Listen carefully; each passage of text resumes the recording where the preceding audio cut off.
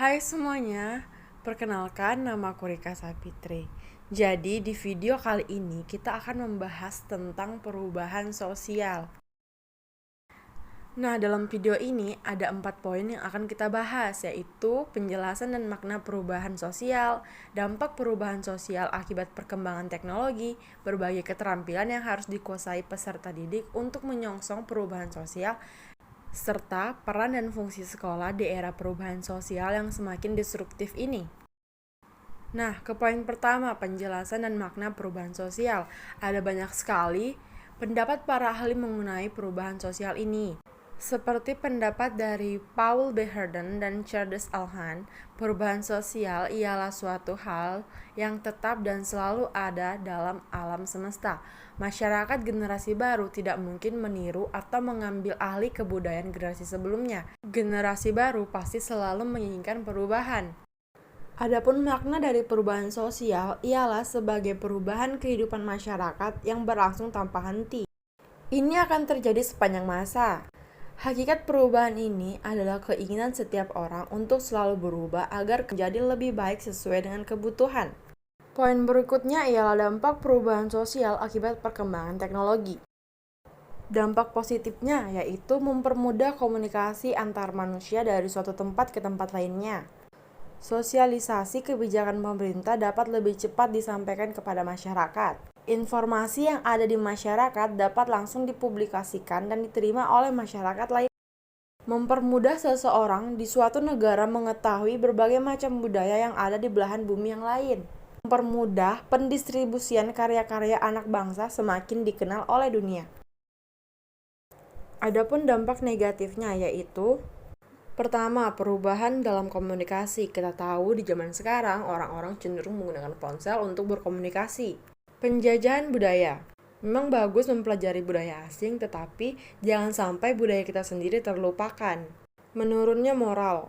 Budaya negatif sangat mudah diakses di internet. Jika kita tiru adalah budaya negatifnya, maka moral suatu bangsa akan menurun, terutama untuk remaja dan anak-anak. Terciptanya antisosial. Dengan perkembangan teknologi sekarang, membuat seseorang lebih menikmati waktunya sendiri di depan komputer ketimbang bersosialisasi dengan orang lain. Munculnya budaya instan. Budaya instan ini dapat memicu sikap malas pada seseorang dan itu tentu saja tidak baik untuk tubuh. Komunikasi keluarga menjadi kurang.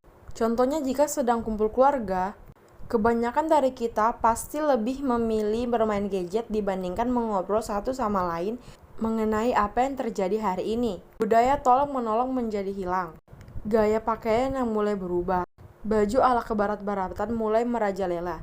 Jika baju yang dikenakan masih sopan, itu tidak menjadi masalah. Akan tetapi, faktanya baju yang terlihat kurang bahan justru disukai oleh anak muda masa kini. Kesenian tradisional mulai ditinggalkan.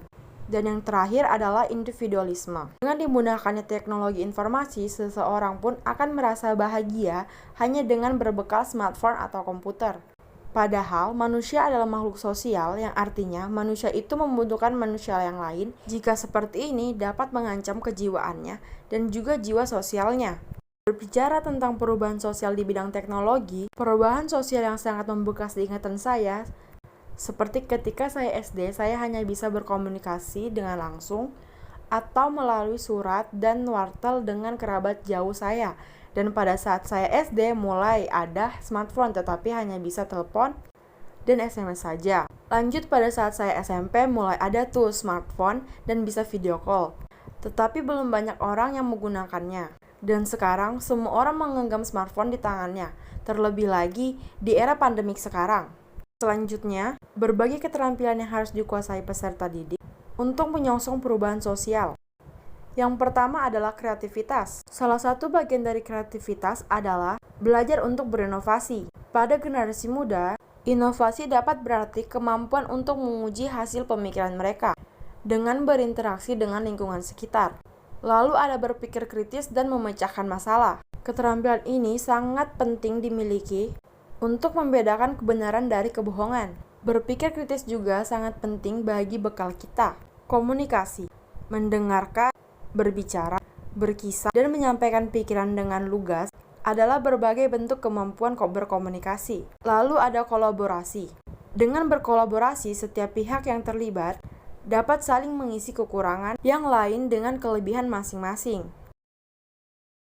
Selanjutnya adalah peran dan fungsi sekolah di era perubahan sosial yang semakin disruptif.